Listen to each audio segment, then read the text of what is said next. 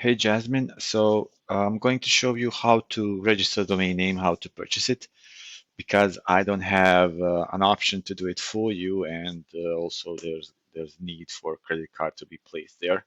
So basically, what you should do, it's very simple, 3 minutes of your time. So just go to the account where you already have these domain names. It's under Harry's name, I believe. If you have that option to go there and purchase a domain name.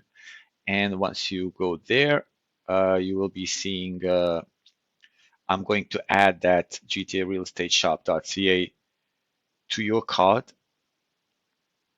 And then once you are there, you will be seeing this. When you go to your cart, you're going to be seeing this. You don't need this, so you can go with no thanks. Then all of this can be no thanks, and then you just go to continue to cart